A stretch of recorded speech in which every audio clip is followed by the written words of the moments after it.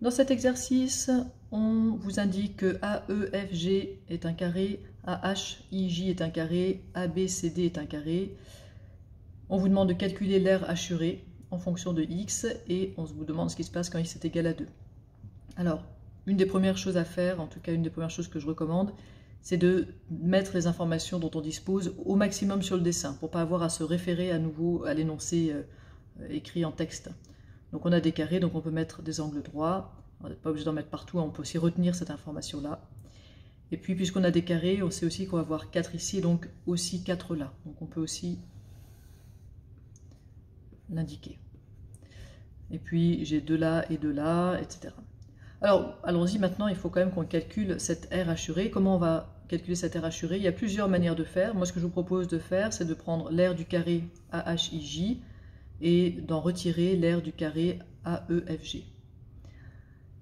Pour faire ça, ça veut dire qu'il nous faut ici cette longueur. Alors cette longueur, elle n'est pas évidente à obtenir. Ou elle n'est pas si difficile d'ailleurs. Ce qu'il faut bien voir, c'est qu'on a 4 ici et on a x ici. Donc combien est-ce qu'on a là? Si par exemple x est égal à 1, vous êtes d'accord qu'on a 3, puisqu'il faudrait que 3 plus 1 soit égal à 4. Si x est égal à 0,5, on aura 3,5. En fait, il faut le complément à 4, et donc en fait, il faut 4 moins x. Alors allons-y.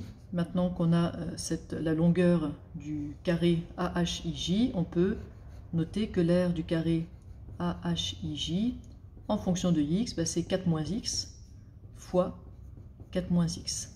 Et là, vous devez hurler parce que, évidemment, ce n'est pas 4 moins x fois 4 moins x, mais c'est bien 4 moins x fois 4 moins x. On n'oublie surtout pas les parenthèses. Il nous faut l'aire du petit carré. Ça, l'aire du petit carré AEFG, c'est facile. C'est 2 fois 2, donc c'est 4. Et finalement, l'aire assurée, eh bien, c'est le grand moins le petit, donc 4 moins x fois 4 moins x, moins 4. On ne vous demandait pas ici de simplifier.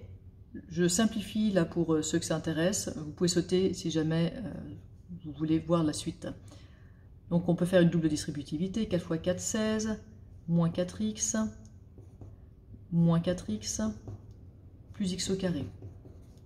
De tout moins 4, ce qui nous fait finalement x au carré moins 8x plus 12. Alors c'est une expression ici qui est développée.